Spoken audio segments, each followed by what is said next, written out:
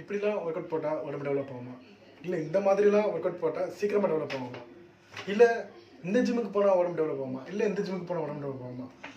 இப்படிப்பட்ட குழப்பங்களுக்கு மத்தியில் தான் இந்த மாதிரியான ஒரு சம்பவம் நடந்திருக்கு.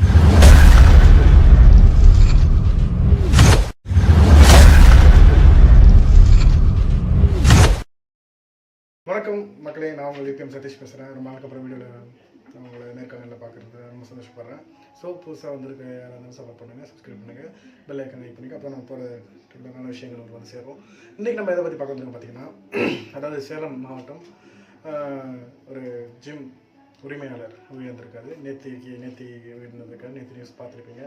அவரோட பேர் பார்த்திங்கன்னா முகமது முகதி இவர் தான் உயிரிழந்திருக்காரு.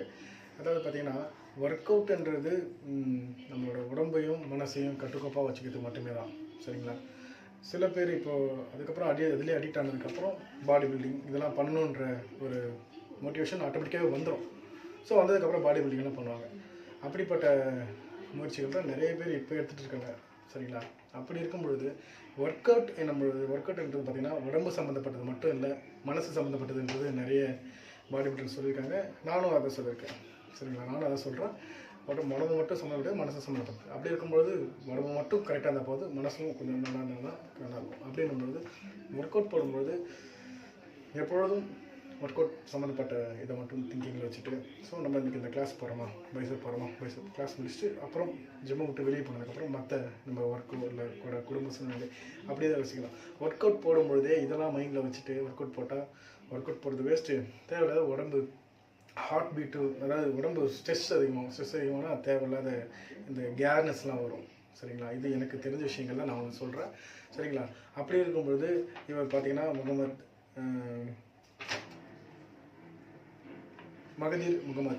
இவர் என்ன பண்ணியிருக்காருன்னா, முந்தானேத்துக்கு நைட் போட்டிருக்காரு ஒர்க் அவுட் போடும்போது மாரடைப்பு ஏற்பட்டு ஜிம்மில் உயிரிழந்திருக்காரு. இது கொஞ்சம் சில மாதங்களாக இல்லாமல் இருந்துச்சு. இப்போ திடீர்னு மறுபடியும் தொடர்ந்துருக்கு. அதாவது ஒர்க் அவுட் போடும்போது எப்பொழுதும் கூட ஆட்கள் இருக்கும்போது ஒர்க் அவுட் போடுறது ரொம்ப நல்ல விஷயம். ஏன்னா நான் அதை அனுபவிச்சிருக்கேன். தனியாக ஒரு முறை இதுமாதிரி நானும் ட்ரை பண்ணி சும்மா ஒர்க் அவுட் போட்டு எனக்குமே ஒரு சின்ன ப்ராப்ளம் வந்துச்சு. ஸோ அதனால் என்னோடய அட்வைஸ் என்ன பார்த்தீங்கன்னா, ஒர்க் அவுட் போடும்பொழுது யாராவது ஜிம்மில் இருக்கும்பொழுது ஒர்க் அவுட் போடுங்க, ரொம்ப நல்ல விஷயம். ஏன்னா ஏதாவது ஒரு கேர் ஆகிடுச்சு, இல்லை தனித்தாக்கு எடுத்துச்சு, இல்லை வேறு எந்த விஷயமானாலும் வந்து அவங்க பார்ப்பாங்க, கூட இருக்கவங்க சப்போர்ட் பண்ணுவாங்க. யாருமே இல்லாத போது ஒர்க் அவுட் போடுறது ரொம்ப தப்பான விஷயம்.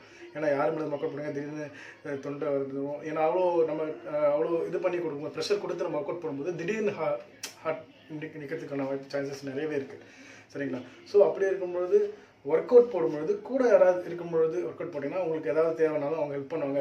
நல்ல வெயிட் போடும்பொழுது உங்களுக்கு ஹெல்ப்ஃபுல்லாக இருக்கும். அது மட்டும் இல்லாமல் ரொம்ப கஷ்டம். அதுவும் இல்லாமல் இப்போ உயிரிழந்து ஒரு ஒர்க் அவுட் போகிற வீடியோ நான் பார்த்தேன், நீங்களும் மேலே பார்க்கலாம், வீடியோ போட்டிருக்கேன்.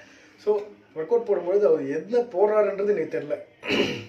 ஆக்சுவலி ஃபர்ஸ்ட் ஆஃப் ஆல் பார்த்தீங்கன்னா அவர் 1 ஆஃப் தம்பிள் போடுறாரு. அது அவ்வளோ உடம்பு ஸ்ட்ரெயின் பண்ணிக்கிட்டு அந்த மாதிரி 1 ஆஃப் தம்பிள் போடணுன்ற அவசியமே இல்லை. ஏன்னா நண்பர் வந்து அவர் அந்த அளவுக்கு போட்டிருக்காரு. அவர் ஜிம்மோட உரிமையாளர் என்னும்பொழுது, அதாவது அவர் இந்த கோர்ஸ் முடிச்சுட்டு தான் வந்திருக்காரா இல்லை முடிக்காமல் வந்திருக்காரான்றது அப்புறப்பட்ட விஷயம். பட் அந்த மாதிரி 1 ஆஃப் தம்பிள் போடக்கூடாது. அதுக்கப்புறம் வந்து மிஷின், அதுக்கப்புறம் அந்த ரோப்பில் போய் போடுறாரு. ரோப்பில் அது போடுற இதை நீங்களும் வீடியோவில் பார்த்துருப்பீங்க. அது எதனால் அவர் போடுறாருன்றது எனக்கு தெரியல. அந்த அளவுக்கு போடுறாரு ஒர்க் அவுட்டு. அவர் லேட்க்கு தான் போடுறாருன்றது தெரியுது. வின்ஸுக்கு போடுறாரு கிளாஸு. ஸோ அப்படி போடும்பொழுது எதனால் அப்படி போடுறாரு தெரியல. வீடியோவில் பார்க்கும்போது எனக்கு ரொம்ப கஷ்டமாயிடுச்சு. என்னோட ஆழ்ந்த இரங்கல், அவர் இருந்ததுக்கு என்னோட ஆழ்ந்த இரங்கல் தெரிவித்துக்கிறேன். ஸோ இதுக்கப்புறம் யார் ஜிம் ஒர்க் அவுட்டுக்கு போனாலும் ஒர்க் அவுட்டு தனியாக போடாதீங்க, கூட ஆள் இருக்கும்போது போடுங்க. நல்ல விதமான உணவுகளை எடுத்துக்கோங்க. ஏன்னா இப்போ காம்படிஷன் பார்த்தீங்கன்னா இப்போ நிறைய பேர் காம்படிஷன் பண்ணுறவங்க மெடிசன் இல்லாமல் இருக்கவே முடியாது. கண்டிப்பாக அப்போ மெடிசன் எடுத்தால் மட்டுமே தான் உங்களோட பாடி ப்ராப்பராக நீங்கள் ஸ்டேஜில் நிற்கும்போது நல்லா தெரியும். மெடிசன் இல்லாமலாம் சான்ஸ் கம்மி. ஸோ மெடிசன் எடுக்க ஆரம்பிக்கும்போது ரொம்ப கேர்ஃபுல்லாக இருக்கணும். ஃபுட்டும் சரி, எல்லா விஷயமே டயட் இருக்கிறீங்கனாலே கரெக்டாக போயிடணும், கரெக்டாக அந்த இதில் இருக்கணும். அதை விட்டு நீங்கள் தனியாக போயிட்டு தேவையில்லாத விஷயங்கள்லாம் எடுத்திங்கன்னா இந்த மாதிரியான பிரச்சனைகள், இந்த மாரடைப்பு இதெல்லாம் வந்துடும், சரிங்களா?